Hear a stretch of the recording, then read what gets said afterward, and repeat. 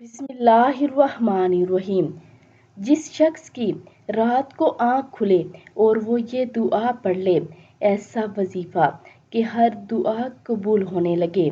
نبی کریم صلی اللہ علیہ وآلہ وسلم نے فرمایا، جس شخص کی رات کو آنکھ کھلے اور وہ یہ دعا پڑھ لے، لا الہ الا اللہ وحدہ لا شریک لہ لہ الملک وَلَهُ الْحَمْدُ وَهُوَ عَلَى كُلِّ شَيْءٍ قَدِيرٌ، الحمد للہ وسبحان اللہ ولا الہ الا اللہ واللہ اکبر ولا حول ولا قوۃ الا باللہ۔